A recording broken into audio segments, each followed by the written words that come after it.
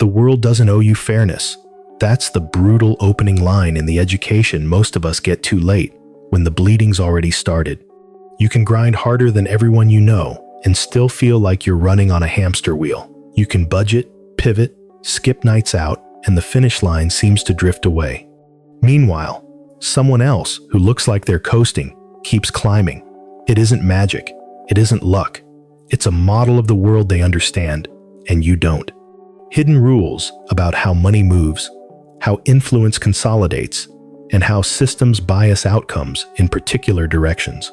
This is the domain Niccolo Machiavelli explored centuries ago: power, strategy, human behavior. The only difference now is the terrain: money, markets, attention, algorithms.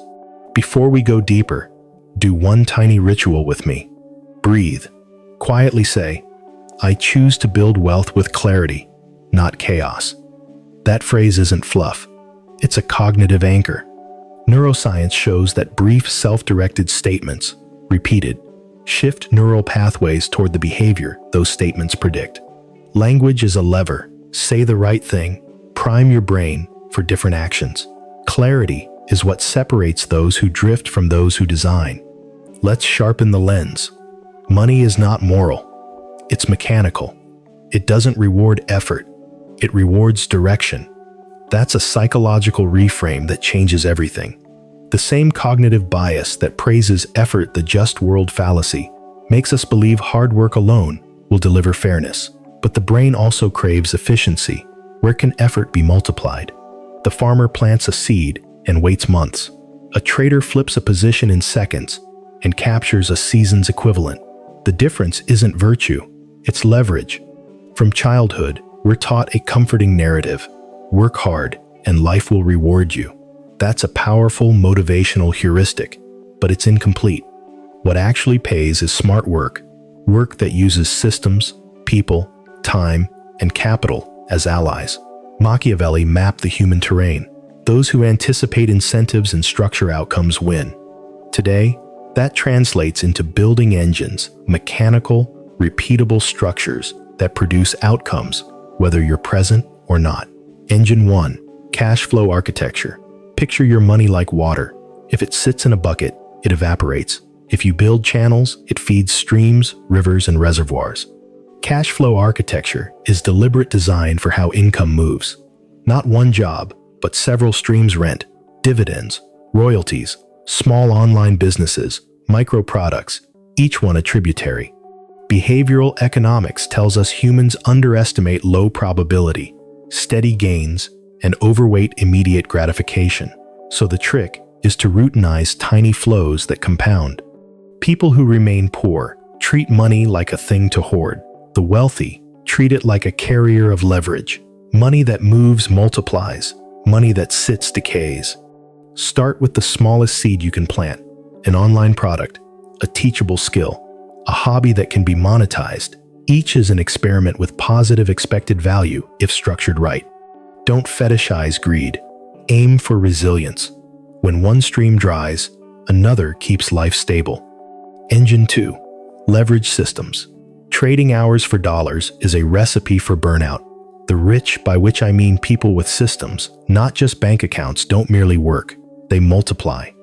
Leverage is the use of tools, automation, teams, and ideas, so that your single effort reaches thousands. A writer's book scales beyond their hours. A YouTuber's one video can reach millions. A software product can be a perpetual factory of income. Social psychology shows us that status and scarcity amplify perceived value. When an idea reaches many people, its impact and your returns scale. Leverage isn't exploitative if built ethically. Ethical leverage means creating value that compensates contributors and improves outcomes. The moral hazard people fear is real only when leverage exploits human cost. Use systems to extend capability, not to hollow it out. Engine 3, asymmetric bets. Think probabilistically. The poor often take bets with high downside and low upside lotteries, impulse purchases, emotional gambles.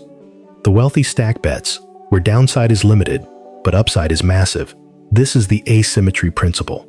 Small inputs, outsized returns.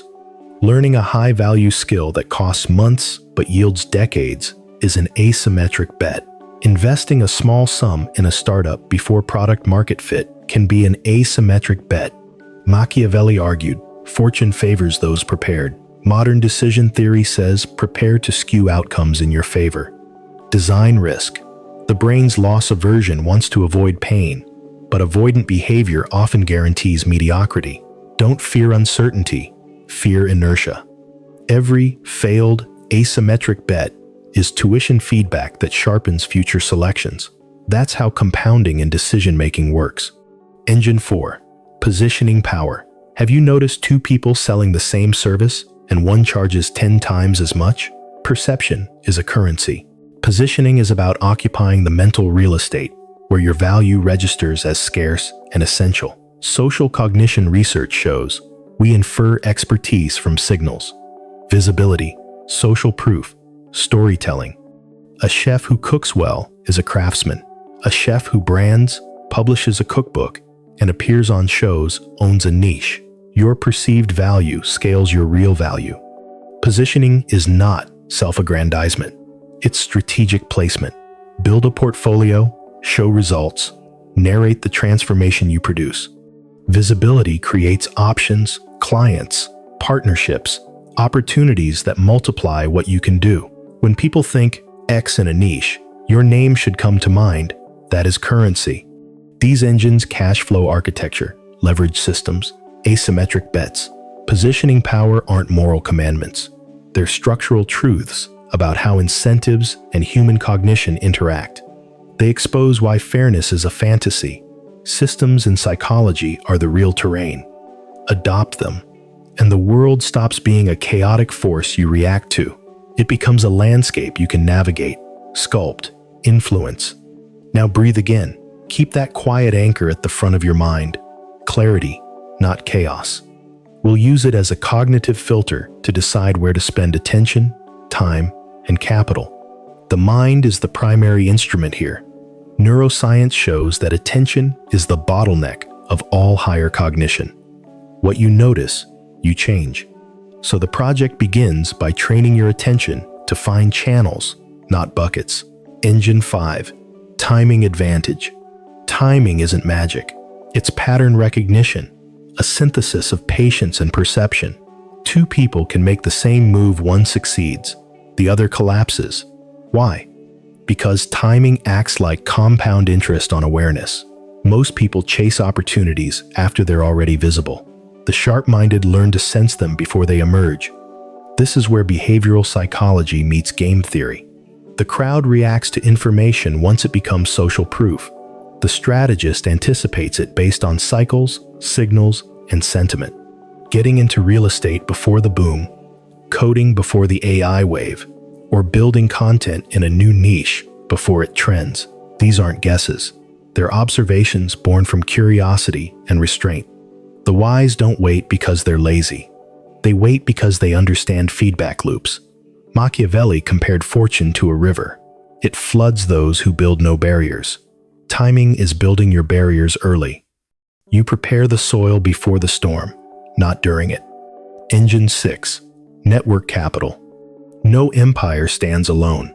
Behind every story of success lies a lattice of minds, trust, and shared ambition. Your network is invisible. Wealth, the capital of connection. It's not about knowing many people.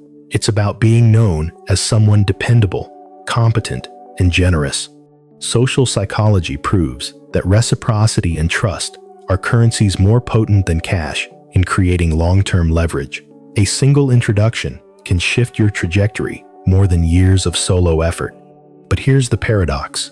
People with weak networks often chase relationships transactionally. The wealthy, the builders, approach connection like gardeners, planting value first, nurturing trust, and letting results compound. You don't build a network by asking. You build it by contributing. Every conversation you start, every problem you solve, every small favor you give, without expectation, builds social equity. When people talk about luck, they're often describing probability moving through a network. The more meaningful ties you form, the more chances the universe has to collide with your goals. In psychology, it's called the strength of weak ties, unexpected bridges from acquaintances, not best friends, often spark the biggest opportunities. The principle: bring value first, and the web of fortune weaves itself around you. Engine 7, the discipline fortress. Even the greatest income collapses under the weight of chaos. Wealth without discipline leaks through the cracks of impulse. The brain, left untrained, defaults to dopamine-chasing new purchases, instant validation, small escapes that trade tomorrow for today. Discipline, then, is not austerity. It's self-engineering. It's designing an environment where good behavior becomes automatic and bad behavior requires effort. Neuroscience confirms this. The prefrontal cortex, the part responsible for long-term planning, fatigues easily under stress. Systems, not willpower, preserve consistency. Automate your savings. Track your expenses. Set rules that remove emotional decisions. These habits protect your future from your weaker moments. Machiavelli wrote that rulers lose their kingdoms not from weakness, but from carelessness. The same applies to your financial empire. Guard it with routine. Discipline is the unseen art of freedom. The world rewards predictability, not passion. Routine isn't dull. It's the architecture of peace. When your actions align with your goals automatically, you're no longer fighting yourself. You're accelerating effortlessly. Engine 8, legacy design. The ultimate question isn't, how much can I earn? But, what remains when I'm gone? Legacy is the long shadow of intention. It's the point where wealth becomes wisdom, when your influence outlives your presence. Machiavelli warned that power without purpose rots. The same truth applies to money. Maybe your legacy is a business that feeds families for decades. Maybe it's teaching your children to think critically about value. Maybe it's a creative body of work that continues to serve others long after your name fades. Legacy isn't vanity, it's responsibility. Here's the philosophical twist. Legacy also shapes behavior now. When you think in centuries, instead of paychecks, your time preference changes. You stop chasing quick highs and start designing systems that last.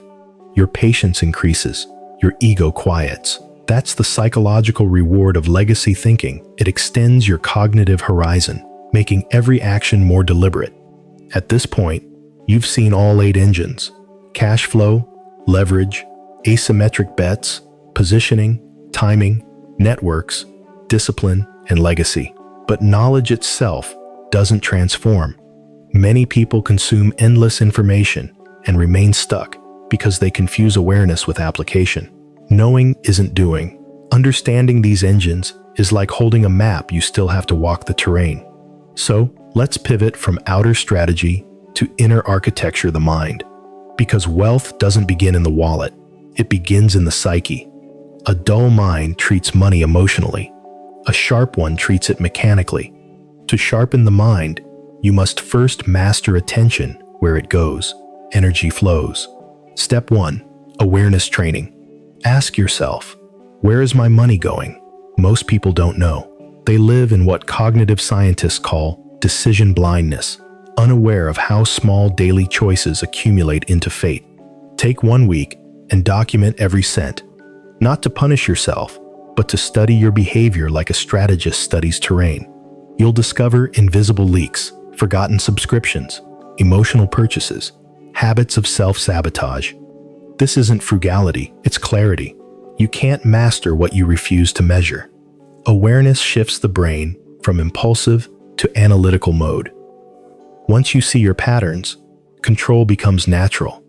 Machiavelli said a ruler who can't govern his own city loses it to others.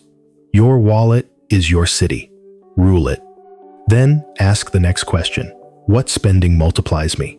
Maybe it's books, a course, better tools, therapy, or health, all compounding investments. Awareness is empowerment, not restriction. The clearer you see, the smarter your reflexes become. Step 2. Design your flow. Now that you've mapped your terrain, Engineer the river. Every paycheck is a team of soldiers assigned the missions. Some defend the fortress, savings. Some expand territory, investments. Some enjoy the feast, pleasure. Without direction, armies mutiny. So set ratios, maybe 50% to needs, 30% to growth, 20% to joy. Adapt, but enforce structure. Automation is the quiet genius of discipline. Behavioral economists call it choice architecture, designing defaults so good behavior happens without willpower. Automate savings and investments right after income lands. When emotion is removed, stability grows. Wealth is not the result of giant wins, but of small systems that never fail. These first two steps, awareness and flow, are the neural rewiring of your financial brain. You're not just changing habits, you're altering perception. The moment you see money as something to design, not chase, you've already stepped into a new world. Step 3. The leverage shift. Here's a truth. Most people resist time isn't the limitation. Focus is. You don't need more hours. You need to stop leaking the ones you already have. The illusion of busyness seduces the mind. We confuse movement for momentum because motion feels productive, even when it's meaningless. But every hour spent on repetition instead of creation is an hour borrowed from your future. If you're trading time for dollars, you're in a trap designed by history. Industrial age economics rewarded labor. Information age economics rewards leverage. Leverage, at its core, is doing more with less, using systems, tools, people, and platforms to extend your reach. In neuroscience, this mirrors the principle of cognitive load management, freeing mental bandwidth for high-value thinking, while machines or others handle the predictable. Ask yourself, what tasks drain you that technology could automate? What responsibilities could be delegated or outsourced so your mental energy can focus on design, creation, or strategy? If you spend 2 hours a day on low-impact tasks, that's 60 hours a month, 720 hours a year. Nearly a month of life evaporated into triviality. Imagine reclaiming that time to build a course, write a book, design a business, or learn a new skill. The rich don't have more hours. They've simply optimized how energy converts into output. When you leverage tools, your effectiveness compounds geometrically. And when you leverage other minds, partners, teams, networks, you stop being a worker and become an orchestrator. That's not arrogance, that's design.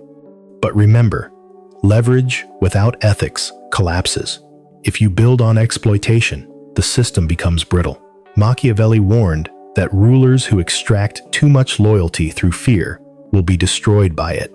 The modern version, businesses that exploit burn out fast. Ecosystems built on fairness endure. Build leverage that lifts everyone involved. When your system feeds others, it becomes anti-fragile. It strengthens through use. Step 4. The power of small asymmetric wins. The brain is addicted to big dramatic victories, the lottery bias.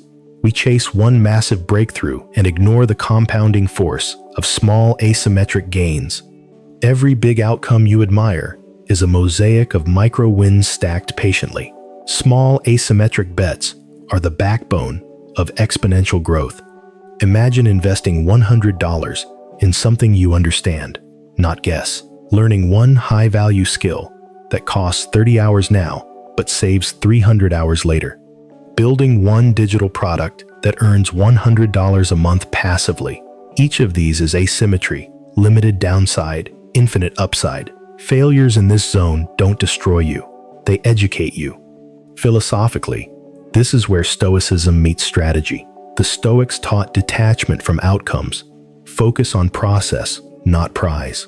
That mindset makes you fearless enough to act. The wealthy, or more precisely, the strategically awake, are not gamblers. They are disciplined testers. They expect most experiments to fail, but they understand one asymmetric success pays for a dozen small losses. Machiavelli said, "Fortune rewards the bold, but only when boldness is guided by reason." The point is not to avoid risk, but to architect it. Design your risks like an engineer, where failure is survivable and success is transformational. Most people fear the wrong thing. They fear failure when they should fear paralysis. Inaction is the most expensive decision of all. Step 5. Positioning and visibility. You can't be rewarded for what people can't see. The invisible expert starves, while the mediocre marketer thrives. That's the brutal truth of modern psychology. Perception shapes value. Our brains use cognitive shortcuts, availability bias, to assume that what's visible must be valuable. Visibility creates authority, and authority creates trust. This doesn't mean pretending to be someone you're not. It means designing your presence with intention. Share your work, your process, your results. Tell stories that reveal your principles, not just your products. Visibility is an amplifier. It multiplies your real skill. The greatest ideas die in obscurity, not because they're bad, but because they're hidden. Think of positioning as your psychological signal in the market. You're not just selling products, you're selling certainty. When people see consistent proof of excellence, they project trust onto you. That projection becomes opportunity. It's the same principle politicians, creators, and entrepreneurs exploit. Attention is leverage. But there's a shadow side. The dopamine economy rewards vanity. Metrics, likes, follows, virality. Don't chase noise, chase resonance. Build depth, not breadth. A small audience that believes in you is more valuable than 1 million indifferent viewers. Machiavelli would call this the difference between reputation and glory. Reputation endures, glory fades. Positioning for reputation means playing the long game.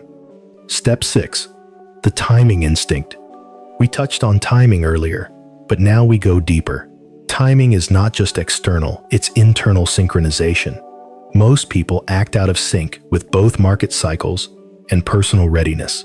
They chase opportunities when they're mentally or emotionally unprepared to sustain them. Developing timing means cultivating patience and precision simultaneously. You study patterns in markets, in culture, in yourself. Neuroscientists talk about interoceptive awareness, the ability to sense your internal states. The more attuned you are to your rhythms, the sharper your external timing becomes. You know when to move and when to hold. This is why stillness matters. The brain's default mode network, activated during rest and introspection, is where long-term pattern recognition occurs. In silence, your subconscious stitches data points into insight. So when the moment to act comes, it feels like intuition. It isn't mysticism, it's preparation made unconscious. The patient are not slow, they are calibrated. They wait not in fear, but in readiness. Like surfers studying the ocean, they watch for the wave worth riding. Everyone else splashes in panic while they glide with grace. Step 7. Network capital revisited. Your network is not a collection of people. It's a living organism that mirrors your values. The rule of reciprocity governs it. The more value you create, the more gravity you generate. Be the person who delivers, who follows through, who adds insight. That's how trust compounds. When you approach relationships as exchanges of utility, they remain shallow. Approach them as exchanges of energy, and they deepen into alliances.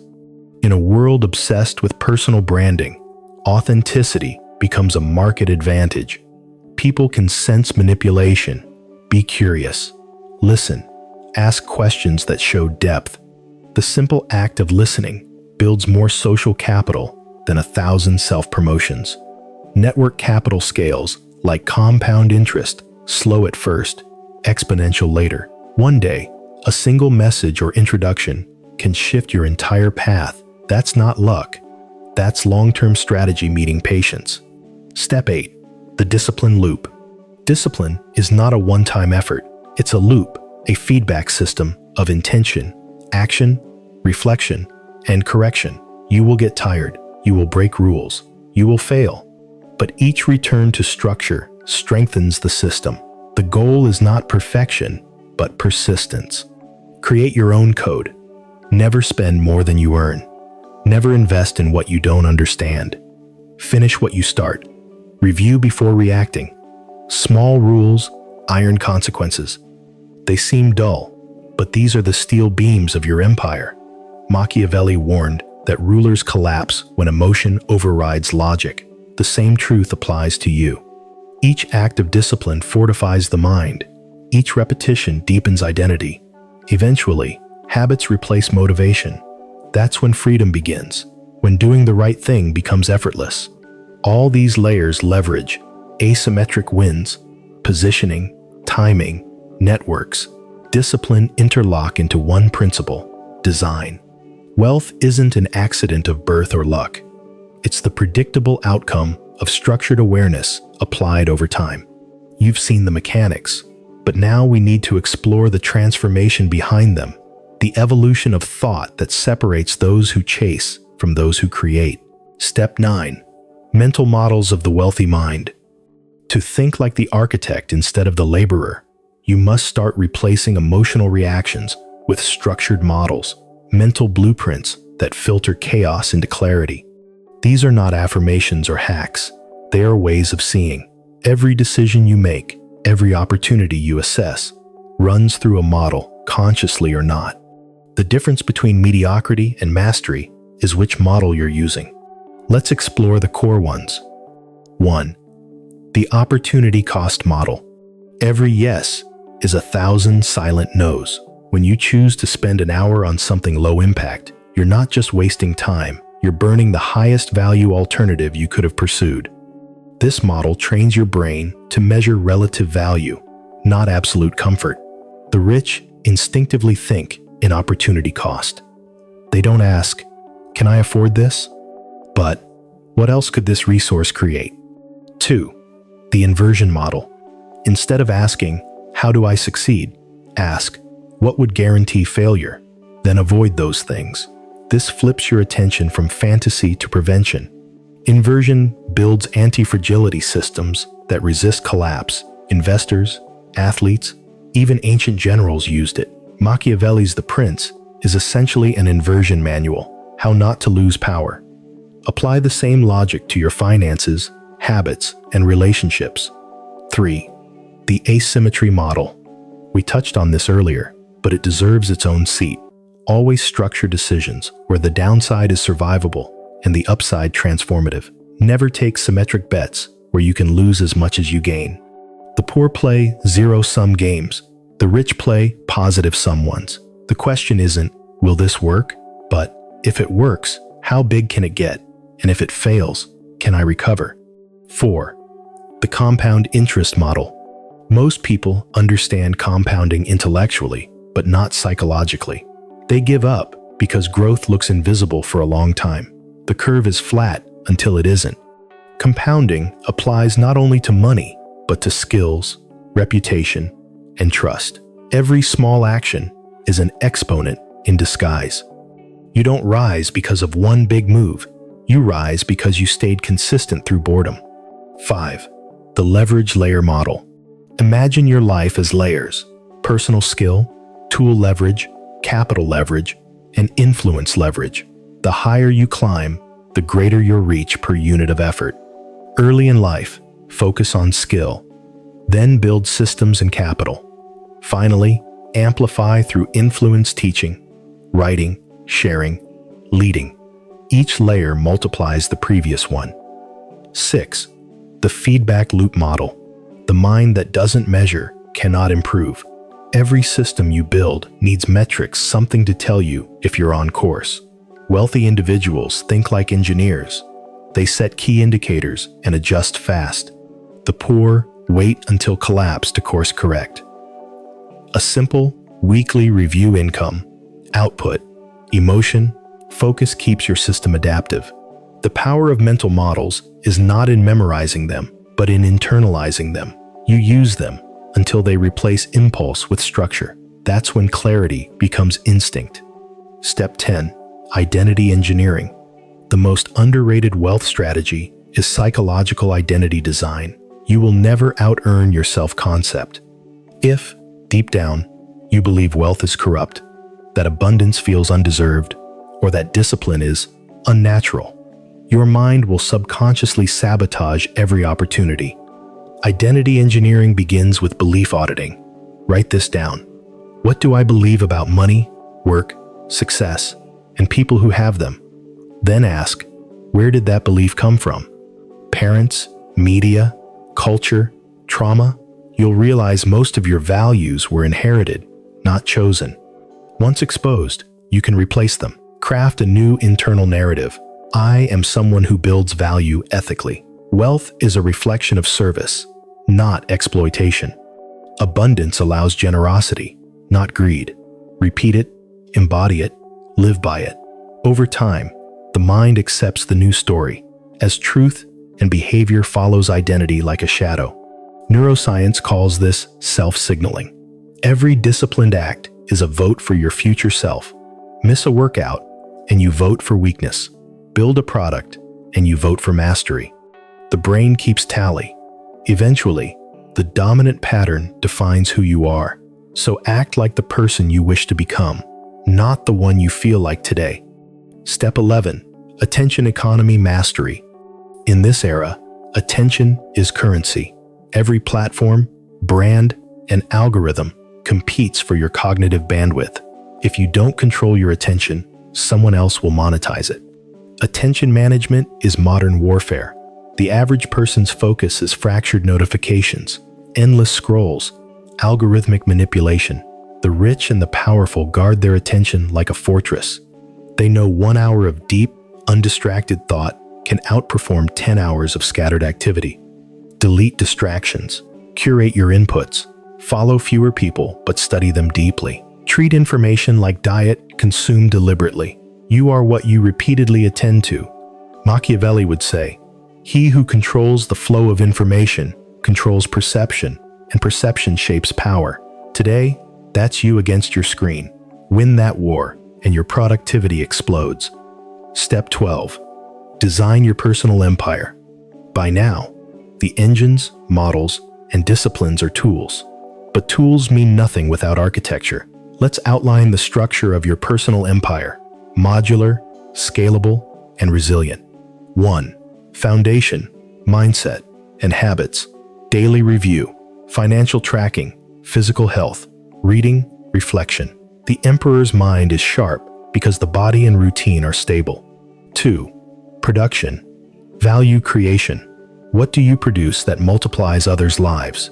It could be knowledge, art, services, or products.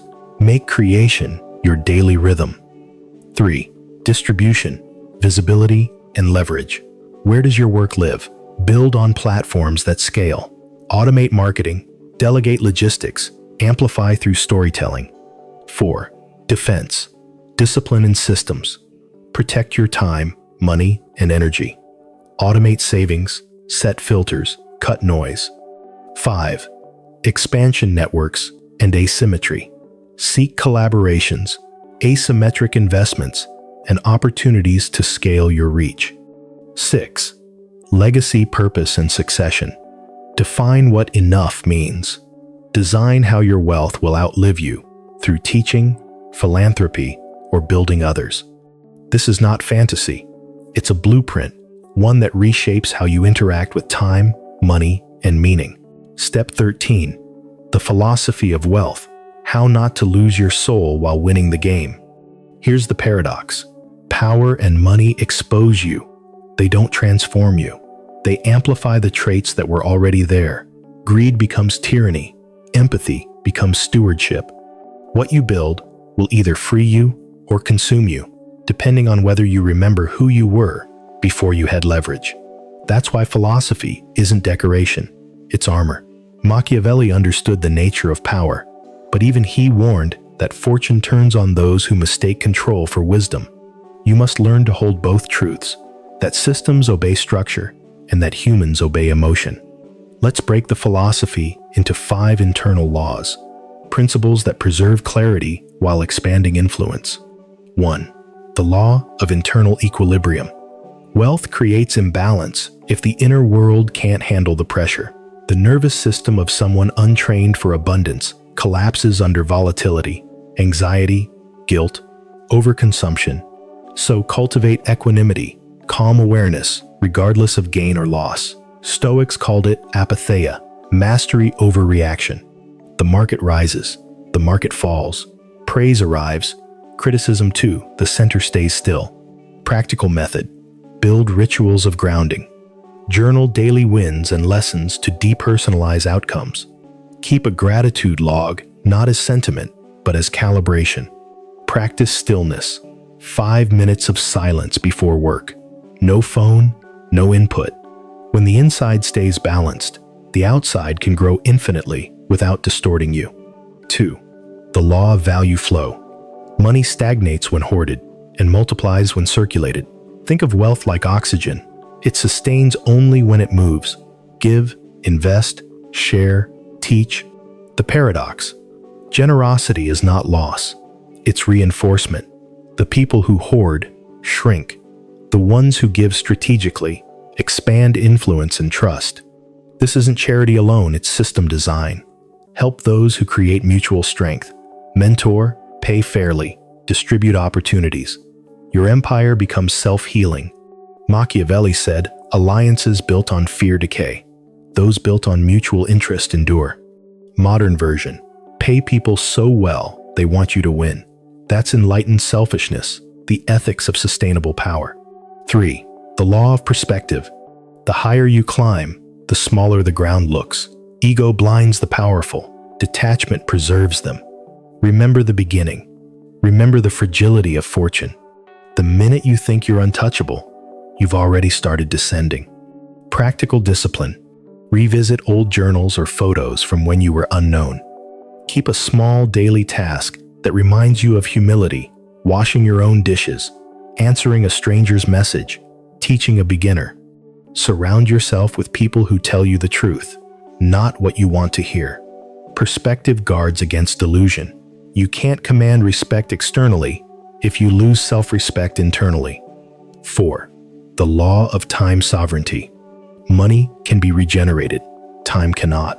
The final luxury is the ability to decide what each hour means. Once you've designed systems that work, use that freedom wisely. Read, travel, create, love, reflect. Those who fill every gap with productivity are still enslaved, just gilded differently. Remember, time wealth is the truest wealth. Machiavelli served princes who ruled nations but had no peace. Their crowns were cages. Don't build one for yourself.